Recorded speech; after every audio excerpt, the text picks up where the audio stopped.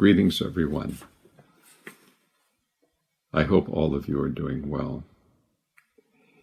I want to read a few brief stanzas of poetry taken from Rumi's Masnavi, and these selections I hope will be helpful to you for better understanding the zhikr, the practice of zhikr or meditation.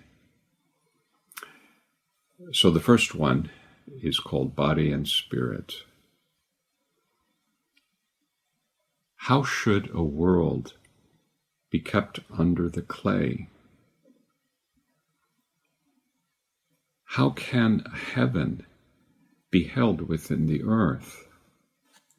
God forbid, you are well beyond this world. During this life, and in this very moment,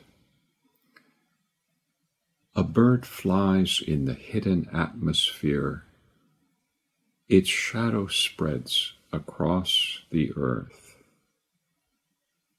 The shadow of the shadow of the shadow of the heart is what the body is. How can the body attain the heart's level?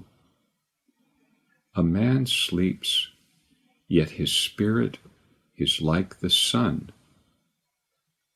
shining in the sky while he is in pajamas. The spirit lies concealed in a shrouded void, and the body tosses and turns under a blanket. This is from Book 6 of the Masnavi, starting at verse 3304. And I'll read the Persian to you.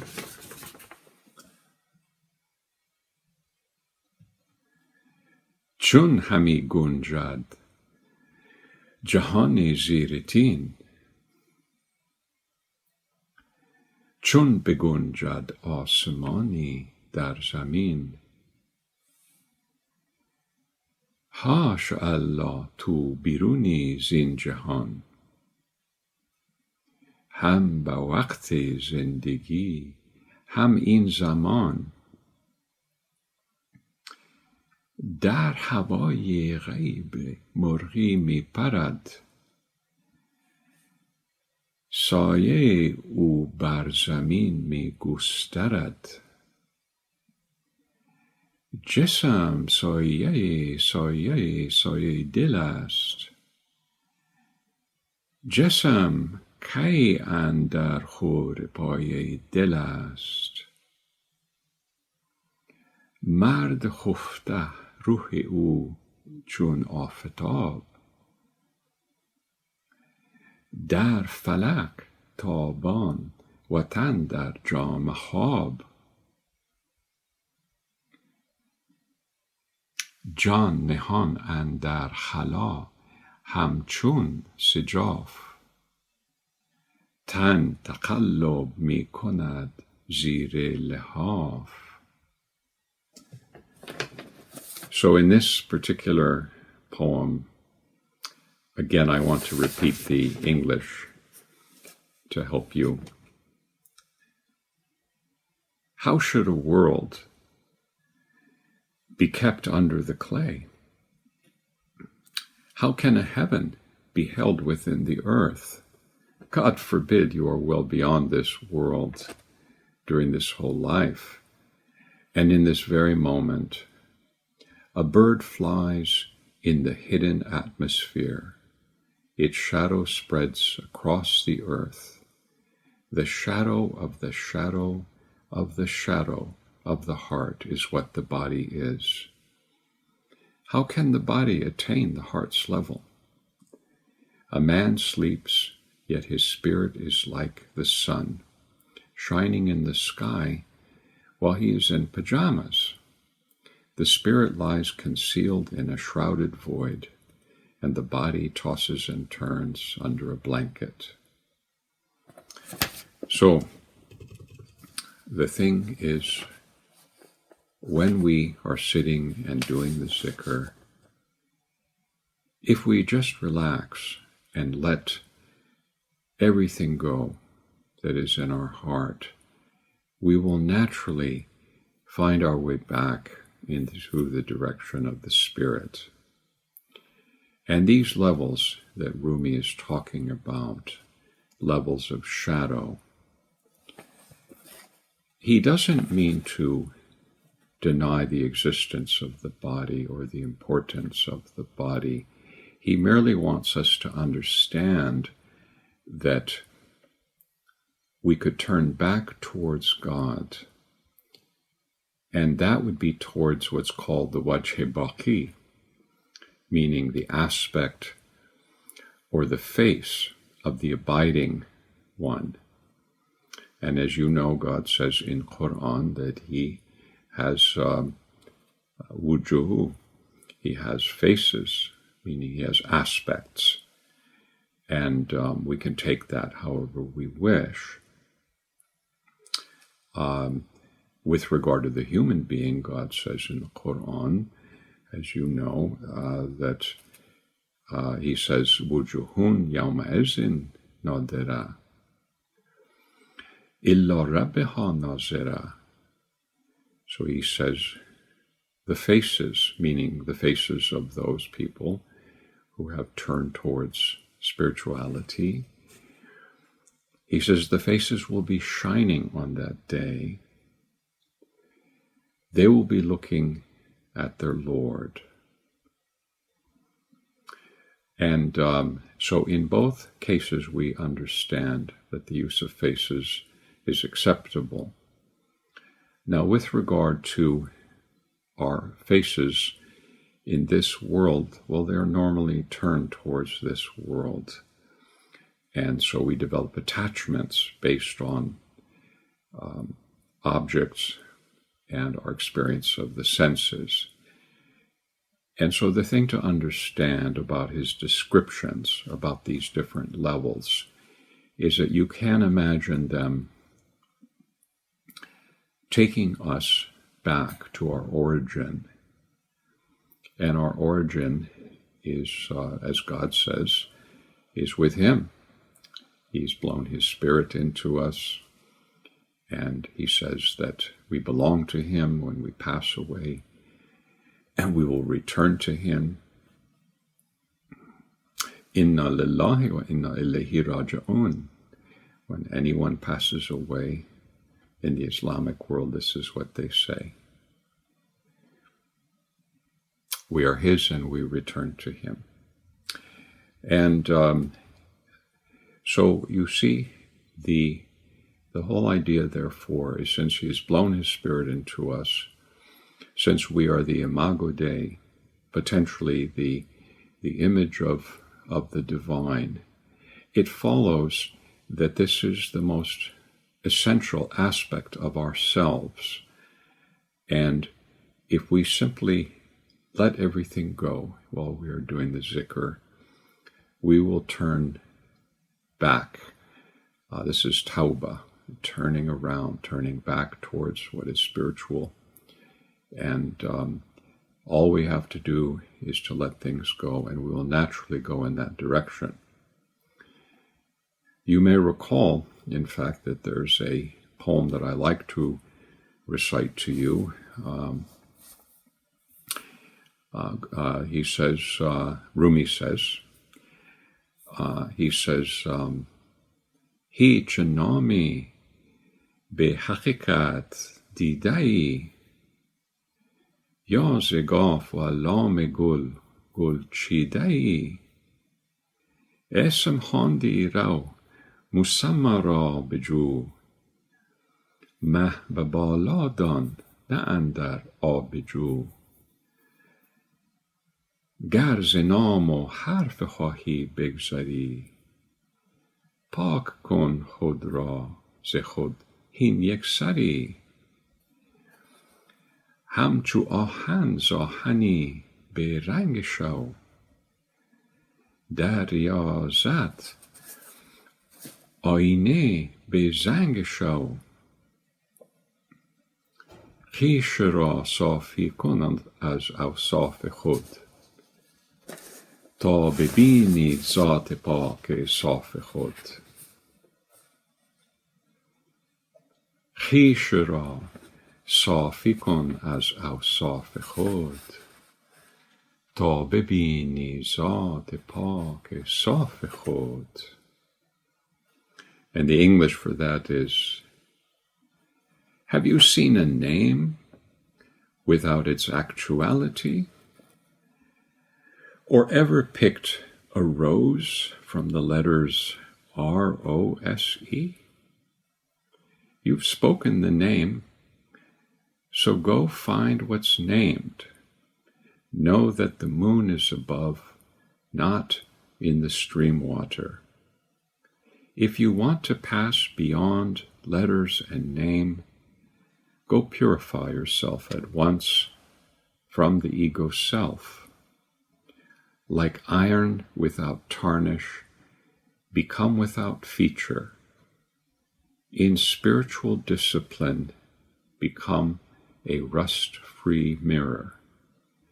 Clarify the self of all self-characteristics to discover the pure, clear self-essence. Well, this is Rumi's most fundamental, his most basic teachings. Invite us back to what we already are at our most essential level.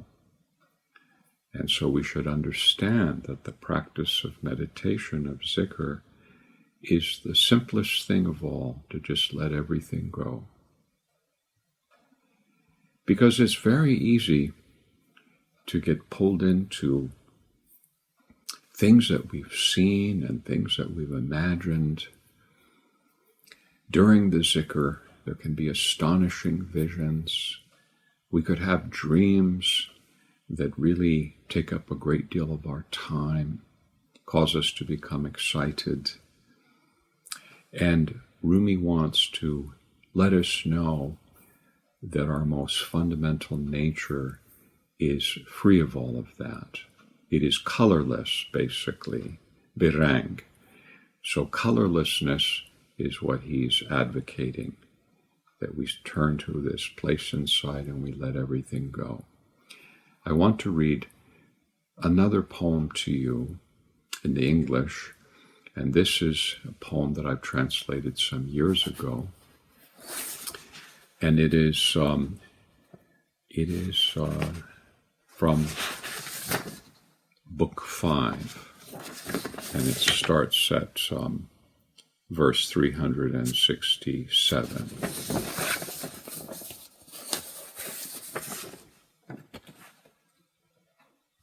Let me preface this by telling you that there's this concept in Sufism, which is that the metaphorical is a bridge to the real. Al-majazu qantaratul haqiqat. And the Sufis regard as metaphorical all things in this world, and all thought and imagination as well. But for most people, metaphorical things become barriers to perceiving true reality. And this is because people become absorbed in the metaphor instead of using it as a bridge to the real. So here is the stanza. Imagination, God's staff of purity, has kept you away as you circle round and round the tent of loveliness. The staff threatens all seekers with no road here. Every fantasy comes forward with stop right there, except for the keen-hearing and keen-witted one who draws for inspiration from God's overflowing aid. He neither struggles nor is sated with imagination, but shows the royal arrow as token, and his road is opened. Confer order and guidance on this bewildered heart. Oh, do give arrows for these bows bent double. You poured out dregs from the hidden goblet, the cup of beneficence, spilling them on the earth. Of this wine, in lovely faces and tresses, is a sign that even kings caress such sweetly fashioned clay. It's this wine of beauty within graceful earth that with 100 hearts you kiss night and day. If this wine mixed in earth drives you so crazy, how will it be for you with just the pure drink? Everyone is torn apart by a mere clod of earth, when that clod is wine-soaked through beauty. Wine was spilled on the sun and moon, over Aries, wine upon the divine throne, the seat and Saturn. Oh wonder, should we call this wine or elixir, since its devastation is the source of such beauty? Seek this devastation seriously, friend, since no one but the pure can reach it. Wine spilled on gold, pearls, and rubies, wine spilled on earthly wine, fruit, and sweets. Wine spilled into the faces of human beauty, so you may have some conception of pure wine. If you now rub your tongue into this fair flesh, how will it be when you taste it without the clay? When at death's hour that pure wine separates from the body's earth as it dies, you quickly cover and bury what remains. Only ugliness is left when the other is gone. When spirit reveals itself without the corpse, I can't tell you how beautiful that union is. Well, this is a lovely poem from Rumi, and it's one worth thinking about. Again, for those of you wanting to see it in the Persian, just go to Book 5, starting at verse 367. And again, this wine that is such a famous symbol in Sufism, it represents the liberated awareness that we find in the zhikr.